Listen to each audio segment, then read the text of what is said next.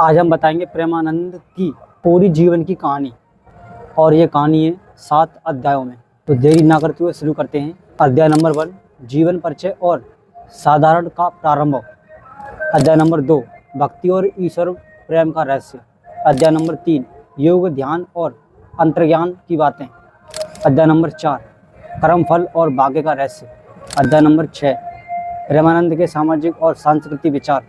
अध्याय नंबर 7 गुण आत्मविश्वास रहस्य और भविष्य दृष्टि।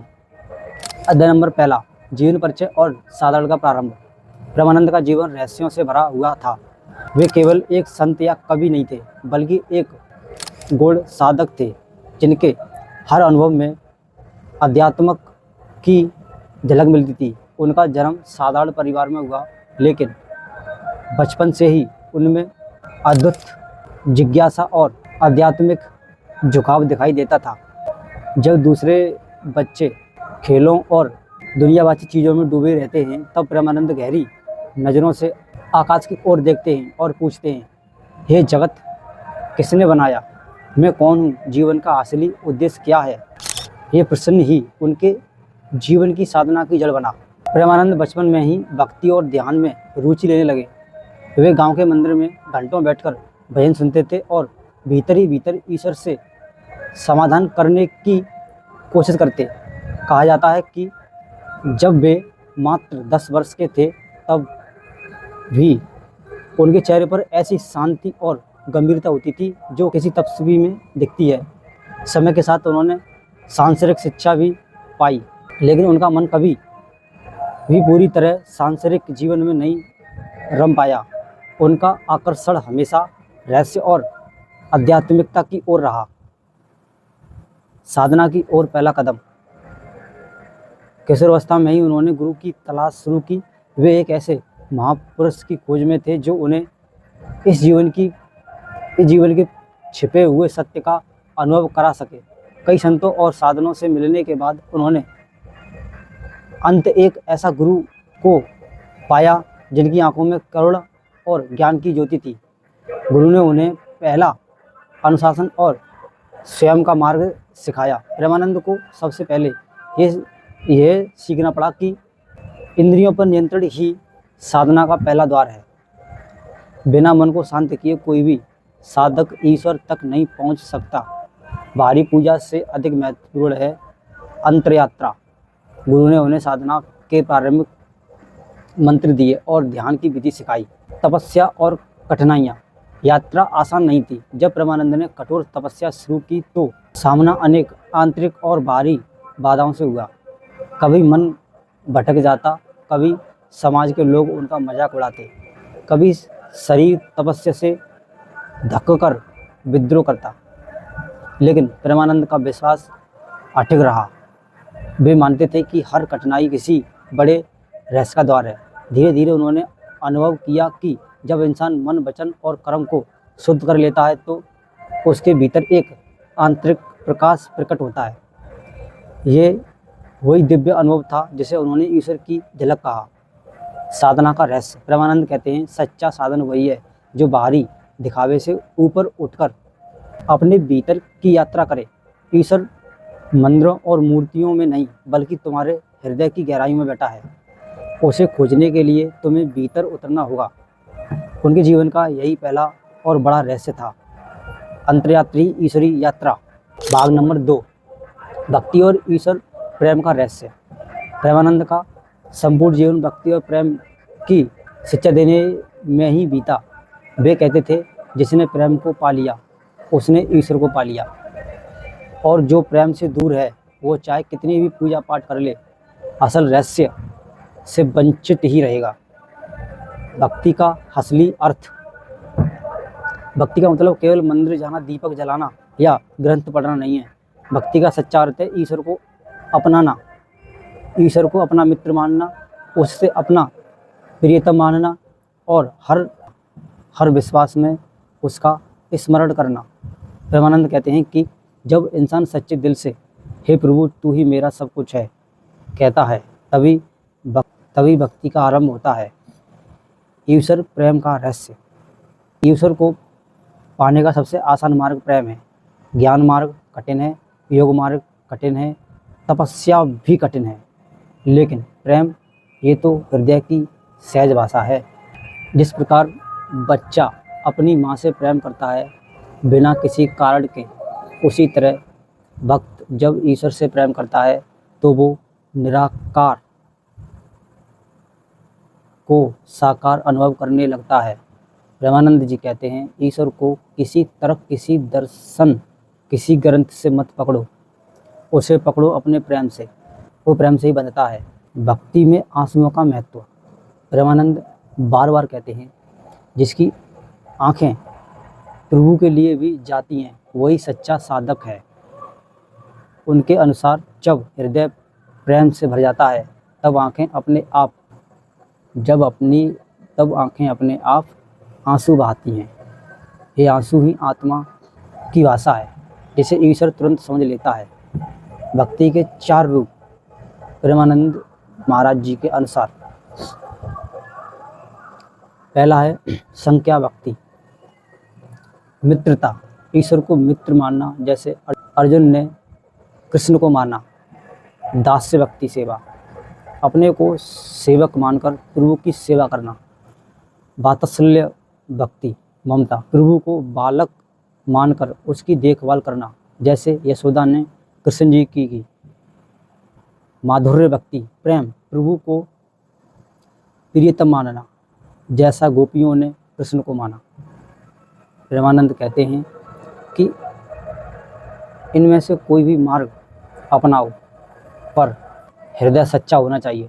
संसार और ईश्वर का संतुलन। लोग प्रेमानंद से पूछते हैं, महात्मा जी, अगर हम केवल ईश्वर से प्रेम करेंगे तो संसार का क्या होगा? घर परिवार, रिश्ते नाते, जिम्मेदारियाँ।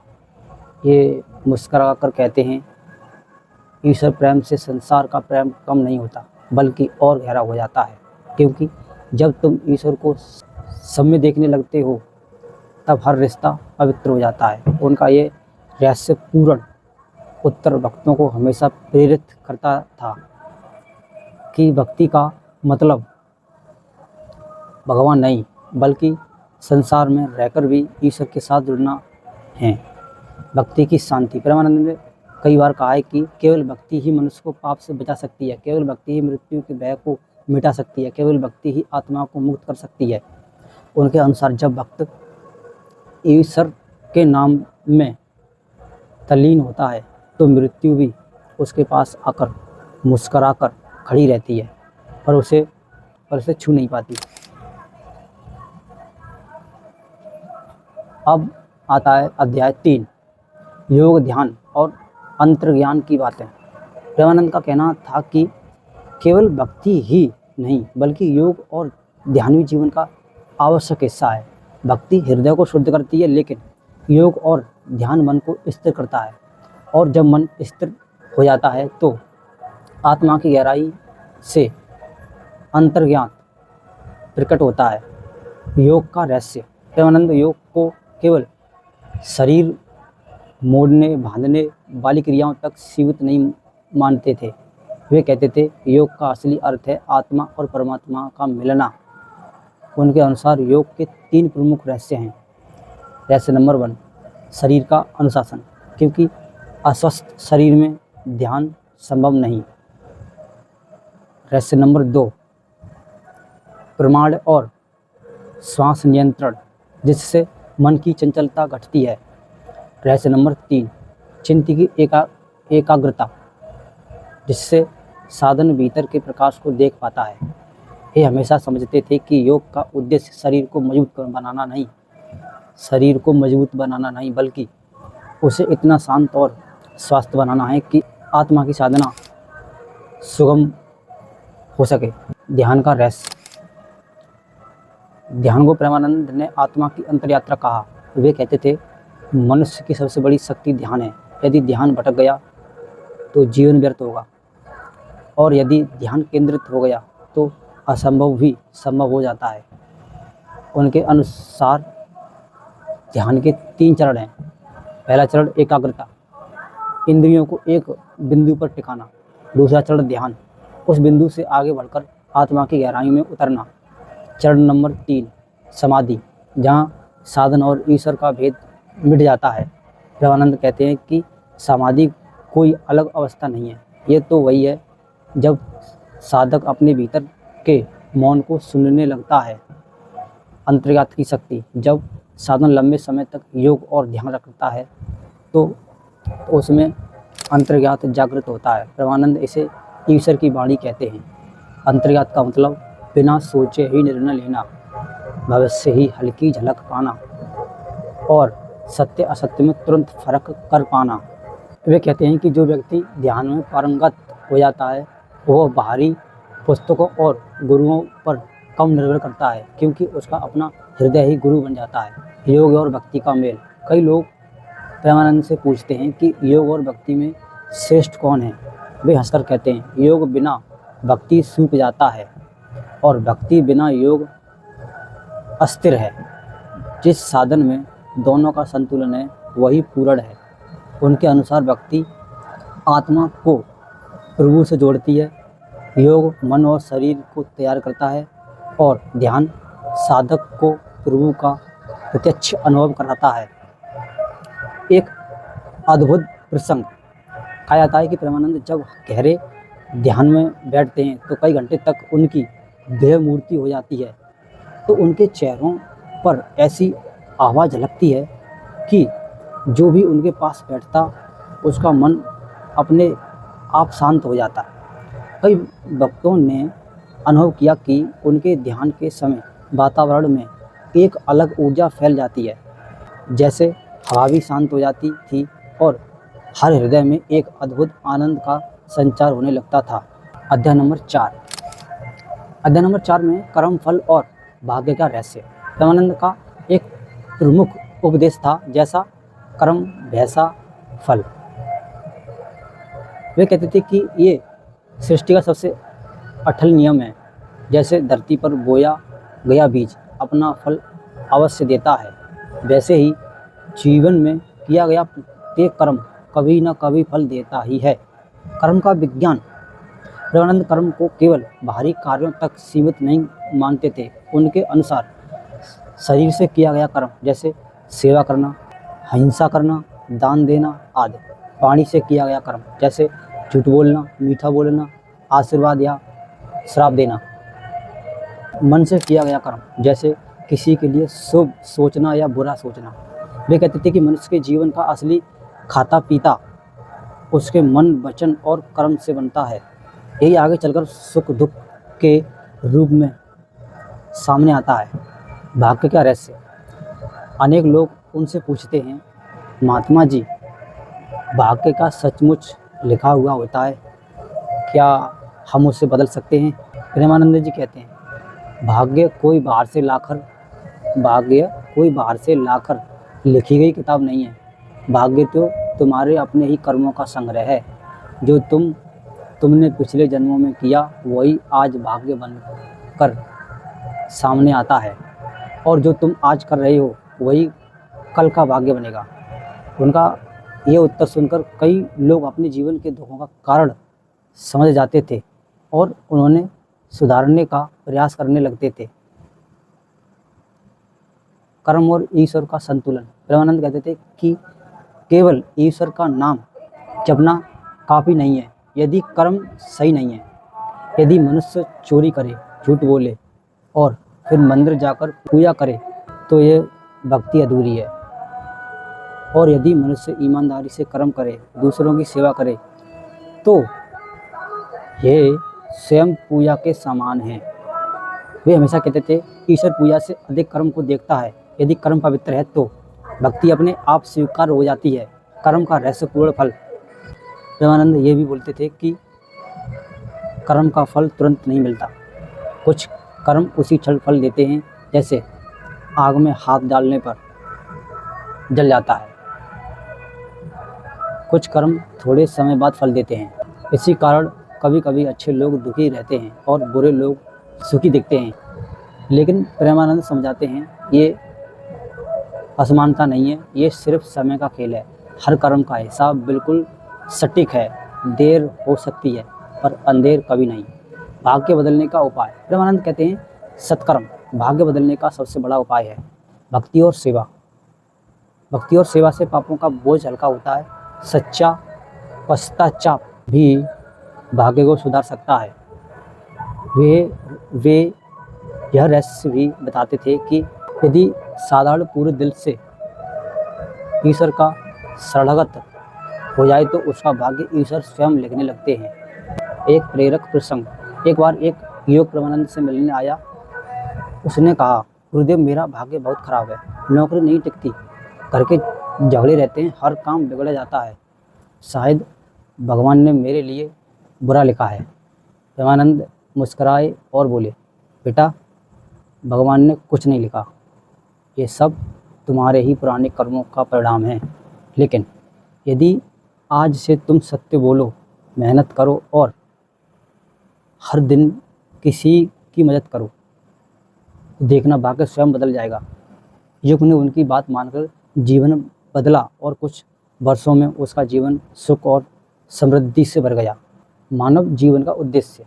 उनके अनुसार जीवन का असली उद्देश्य सत्य की खोज में कौन हूँ, ये जगत किसका है, मृत्यु के बाद क्या है, आत्मा की शुद्धि, मन वचन और कर्म को पवित्रता बनाना, भक्ति और सेवा, ईश्वर का स्मरण और उसके बच्चों जीवों की सेवा, मुक्ति की तैयारी, जन्म और मृत्यु के चक्कर से निकलने का मार्ग।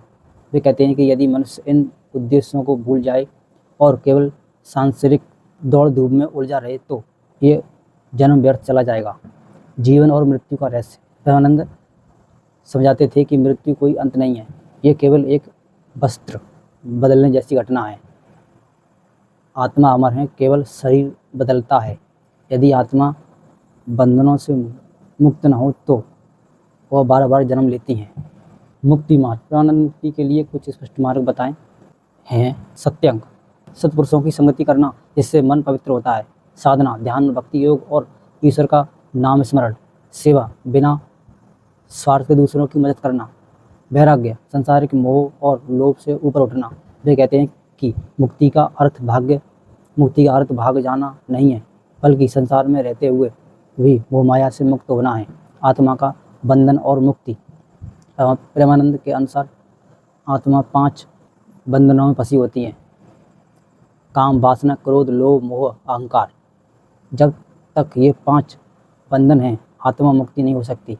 और जब साधक इन पर विजय पा लेता है, तब आत्मा अपने असली स्वरूप सच्चिदानंद को प्राप्त होती है। अध्याय नंबर 6। प्रेमानंद के सामाजिक और सांस्कृतिक विचार। प्रेमानंद केवल एक संत या साधक ही नहीं थे, बल्कि एक सामाजिक मार्गदर्शक भी थे। उन्होंने हमेशा ये माना कि